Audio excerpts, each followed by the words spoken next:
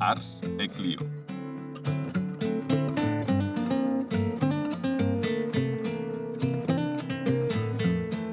Con Mike Lamota.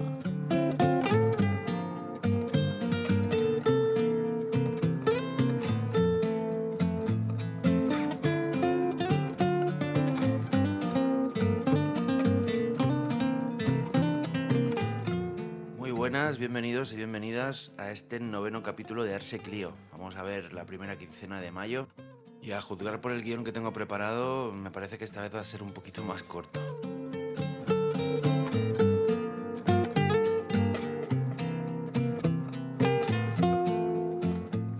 En la sección de acontecimientos vamos a ver la revuelta de Haymarket, el levantamiento del 2 de mayo, el saco de Roma, el inicio de los frescos de la Capilla Sixtina, la creación del Frente Polisario, la fundación de Constantinopla, la fundación de la Guardia Civil y el atentado del Papa Juan Pablo II.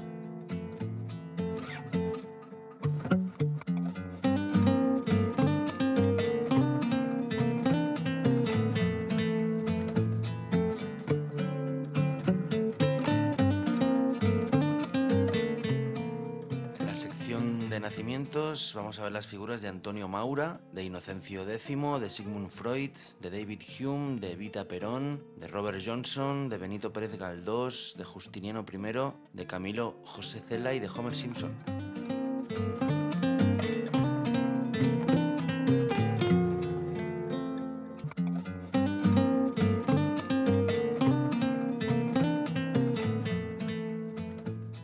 De fallecimientos vamos a ver las figuras de Napoleón Bonaparte, de John Stuart Mill, de Enriqueta Martí, de Enrique IV de Francia y III de Navarra y de Valentiniano II.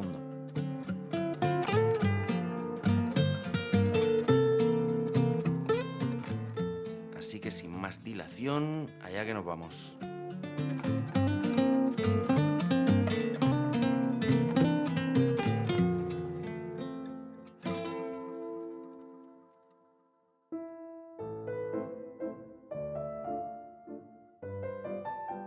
El 1 de mayo de 1886, en Chicago, en los Estados Unidos, comienza una huelga general de trabajadores para demandar la jornada laboral de 8 horas. Esto desembocará en la revuelta de Haymarket 3 días más tarde, el 4 de mayo. Debido a estos acontecimientos se celebra el 1 de mayo como Día Internacional de los Trabajadores. El contexto de este acontecimiento no es difícil de imaginar. Finales del siglo XIX, revolución industrial en pleno auge, miles y miles de campesinos llegan a las ciudades para malvivir, hacinados y trabajar sin ningún tipo de seguridad ni de derechos, hasta que se dan cuenta que unidos son más fuertes. Pues bien, entre el 1 y el 4 de mayo de 1886 convocaron huelgas para reivindicar la jornada laboral de 8 horas, haciendo valer la máxima de 8 horas para el trabajo, 8 horas para el sueño y 8 horas para la casa. Durante la manifestación alguien lanzó una bomba contra la policía provocando la muerte de 6 policías y 60 heridos. En respuesta, estos cargaron provocando 38 muertos y más de un centenar de heridos. Se condenó sin pruebas a 8 obreros, 4 de los cuales fueron ejecutados y uno se suicidó. Años después se absolvió por falta de pruebas a los 3 obreros supervivientes y se reconocieron irregularidades policiales y judiciales. Desde entonces, cada año por el 1 de mayo se celebra el Día del Trabajador en la mayoría de países del mundo, a excepción de Estados Unidos y Canadá, donde se celebra el primer lunes de septiembre.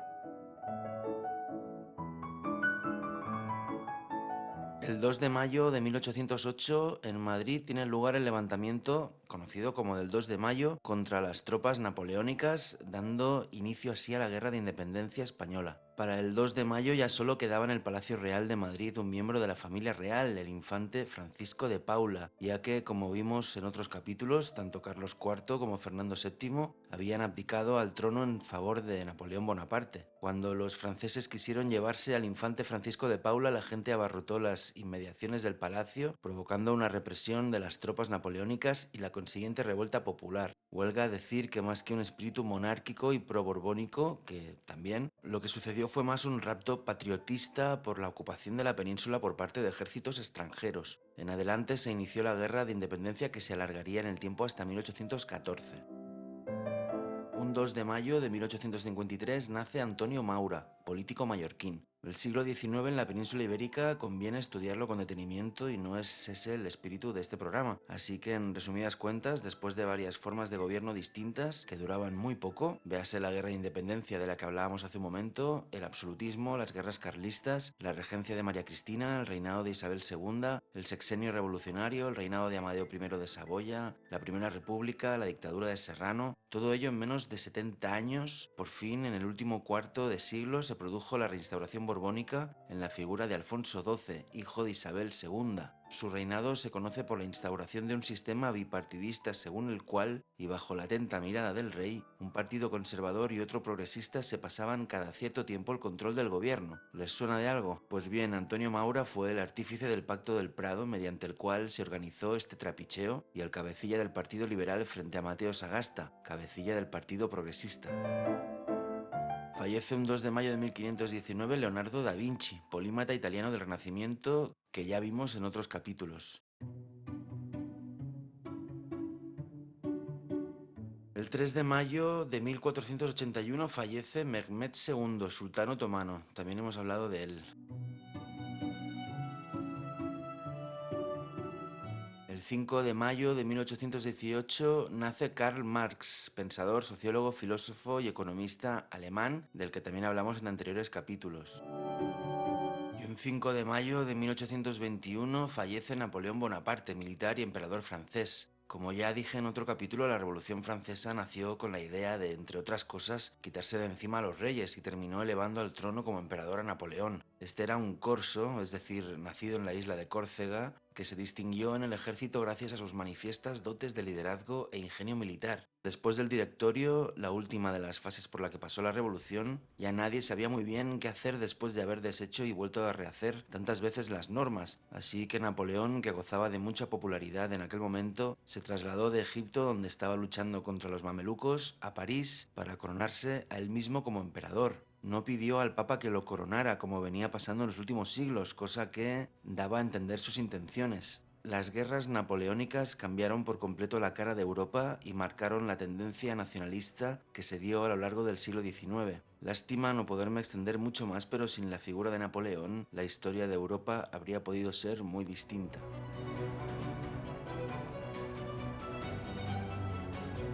Un 6 de mayo de 1527 Roma es saqueada por las tropas hispano-germanas de Carlos I, al mando del duque de Borbón. Por aquel entonces el papado se sentía bajo el fuerte influjo de Carlos I y en un intento de liberarse un poco de su yugo apoyó a los franceses en detrimento del Sacro Imperio Romano-Germánico en sus intereses en Italia. Esto sentó muy mal a Carlos I que, digámoslo así, no impidió a sus tropas, en su mayoría protestantes, asediar y saquear Roma a placer durante varios días. Fue una masacre a nivel humano y a nivel cultural y de patrimonio. El Papa Clemente VII solo pudo sobrevivir atrincherándose en el Castelo de Sant'Angelo, el antiguo mausoleo de Adriano. Imaginemos el choque que debió producir en la sociedad de la época. Después de más de 700 años desde que Carlomagno fuera coronado emperador en Roma por el Papa León III, un emperador ya no solo no estaba dispuesto a defender al papado, sino que saqueó Roma y a punto estuvo de matarlo. Pasado el momento álgido, Carlos I tuvo que disculparse y mostrarse, literalmente, más papista que el Papa para que no se pudiera poner en duda su catolicismo en pleno resurgir del luteranismo.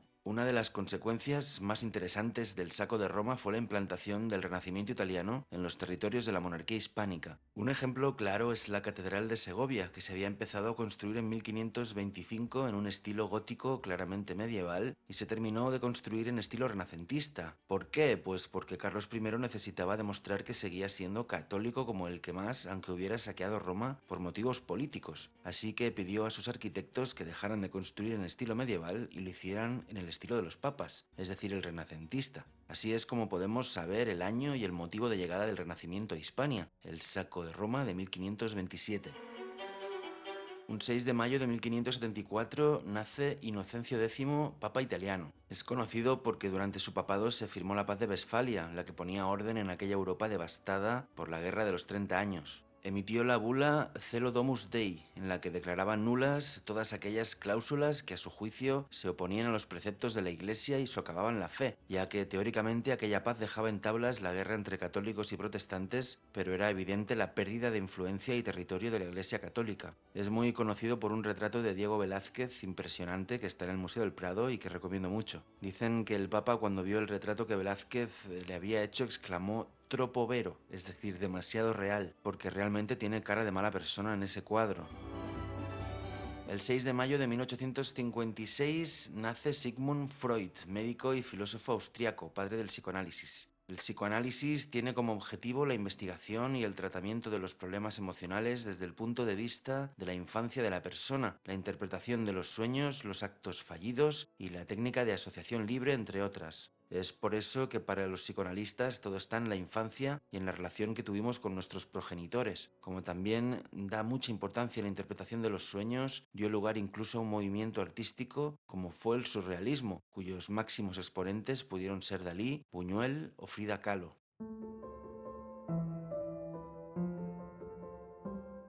Nace un 7 de mayo de 1711 David Hume, filósofo británico. Entre otras corrientes, Hume es la cabeza más visible del empirismo, y el empirismo no es nada más que la necesidad de contar con una demostración para creer en algo. Ejemplo tonto: sé que el fuego quema porque si lo toco me quemo, luego no lo tocaré más a no ser que quiera quemarme. Hay una frase tremenda de Hume que me sirvió personalmente de salvavidas durante una época de mi vida que solo he superado muy recientemente, en la que me vi inmerso en una especie de desencanto al respecto de todo, y dice así: la creencia es inherente al ser humano porque nos salva del callejón sin salida al que nos conduce la filosofía. Ahí la dejo encima de la mesa, pero a mí me ha dado para muchas horas de pensamiento.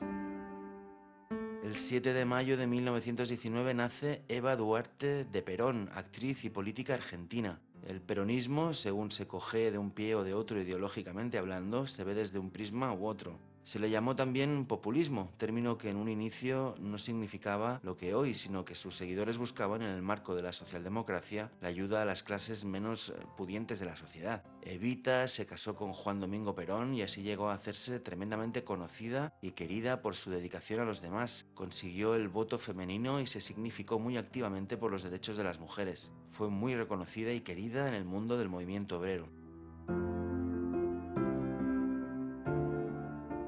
El 8 de mayo de 1911 nace Robert Johnson, músico estadounidense. Es uno de los miembros más conocidos del Club de los 27. Es una figura mítica del blues. Cuenta la leyenda que desapareció una noche de un pueblo de Mississippi y regresó al cabo de un tiempo siendo uno de los mejores guitarristas de la zona. Y la leyenda dice que aprendió tanto porque en un cruce de caminos hizo un pacto con el diablo, al que le entregó su alma a cambio de conocimiento, como Fausto. Hay un documental por ahí, por la internet, muy bueno, que se llama La encrucijada del diablo y que recomiendo mucho.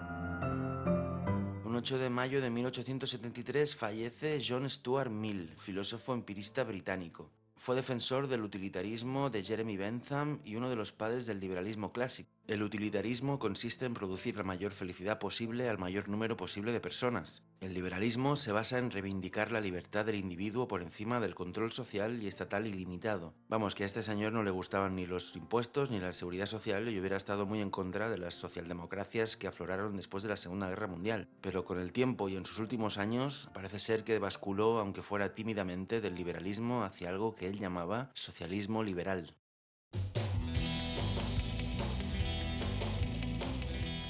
Un 9 de mayo de 1508, en Roma, Miguel Ángel inicia la pintura de los frescos de la Capilla Sixtina. De todo lo que se puede observar en los museos vaticanos, obviamente se recomienda la Capilla Sixtina, pero casi más aún las estancias vaticanas de Rafael Sanzio, y de Miguel Ángel, con más ahínco, el David y el Moisés, en la Galería de la Academia de Florencia el primero y en San Pietro in Vincoli, en Roma, el segundo. La Capilla Sixtina cuesta de apreciar porque te la hacen ver con prisas y en mitad de un gentío importante. Pasa lo mismo con las estancias vaticanas, pero al menos no están a 21 metros de altura.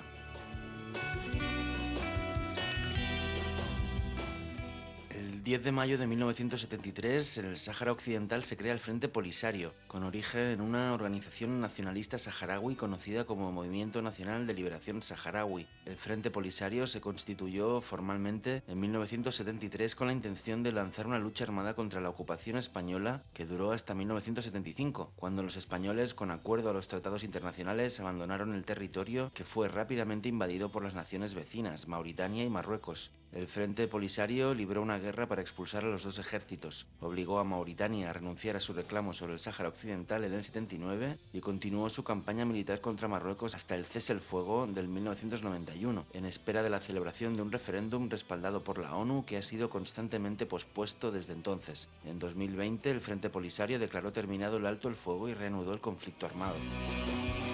Un 10 de mayo de 1843 nace Benito Pérez de Galdós, escritor y dramaturgo canario. Fue el padre de la novela realista que, para que nos entendamos, supuso el cambio de la psicología de los personajes, imbuidos de sentimiento y faltos de racionalidad en el romanticismo, a ser dotados precisamente de eso, de una psicología que los hacía más cercanos al lector. Practicó con profusión la novela histórica en sus celebrados episodios nacionales, que por cierto son muy recomendables. Su gran afición por la política le llevó del liberalismo en sus inicios al socialismo posterior. Llegó a ser propuesto Premio Nobel de Literatura, pero su conocido anticlericalismo provocó el boicot de los sectores más conservadores de la sociedad española.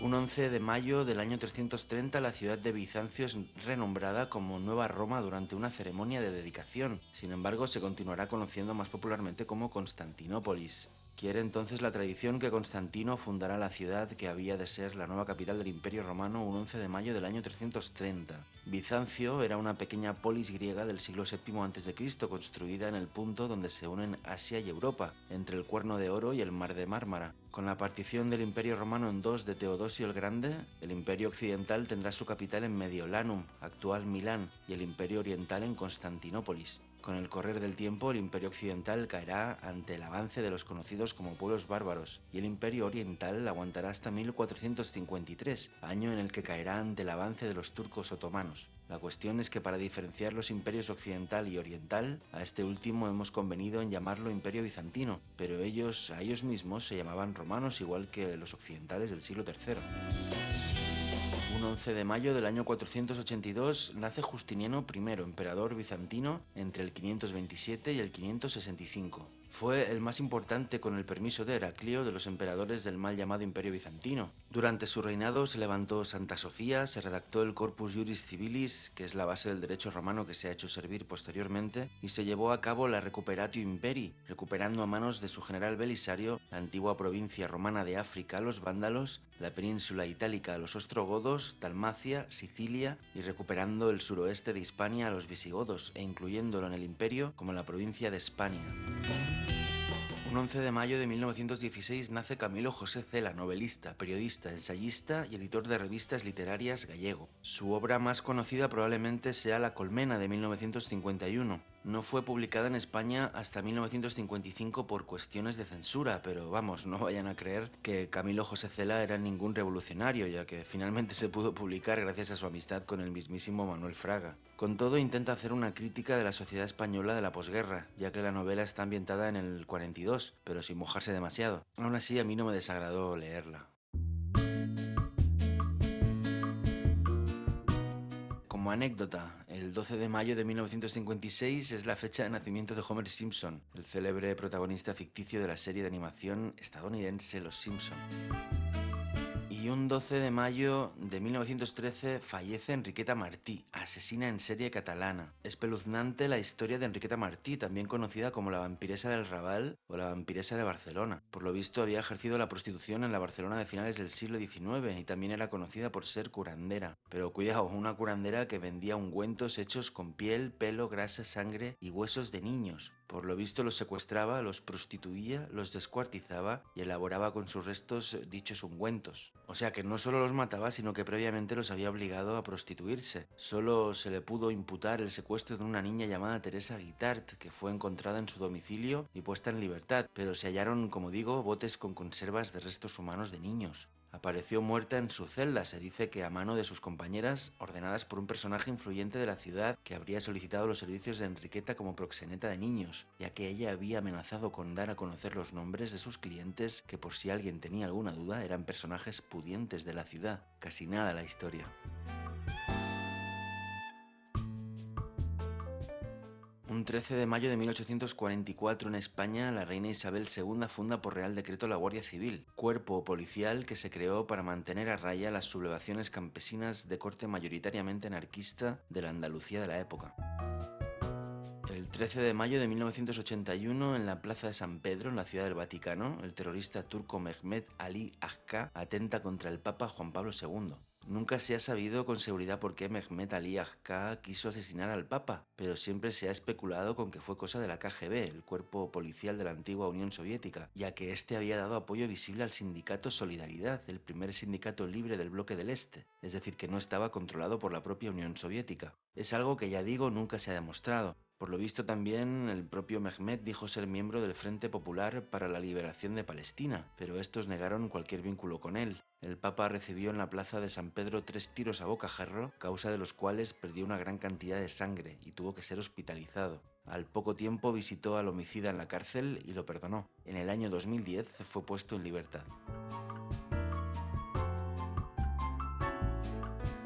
El 14 de mayo de 1610 fallece Enrique IV de Francia y III de Navarra. Fue el primer Borbón que llegó a ser rey de Francia, es decir, el primero de los Borbones que llegó a ser rey. Luego, en 1789, los franceses decapitarían a Luis XVI, del que ya hemos hablado, poniendo fin a la dinastía borbónica francesa, pero en España aún los tenemos que aguantar. Era protestante, así que aunque tenía derechos dinásticos a la corona francesa, tuvo finalmente que resignarse a convertirse al catolicismo para poder acceder al trono. Se le atribuye en ese momento la célebre frase de París bien vale una misa. Los franceses de la época, por lo visto, tuvieron muy buena imagen de él. Se salvó por los pelos de la matanza de la noche de San Bartolomé, de la cual hablaremos en siguientes capítulos.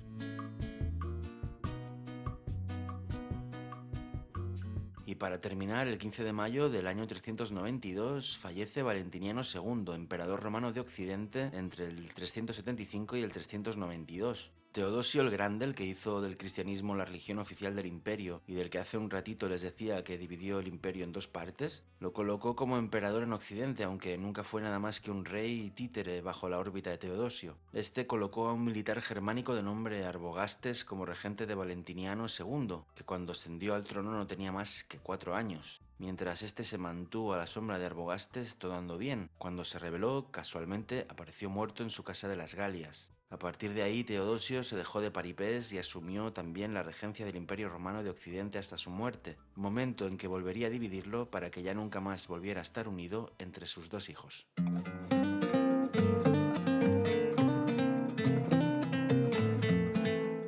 Bueno, pues he conseguido volver a la normalidad de la duración de los programas, pero no porque me haya empeñado en ello, sino porque simplemente esta primera quincena de mayo es más light.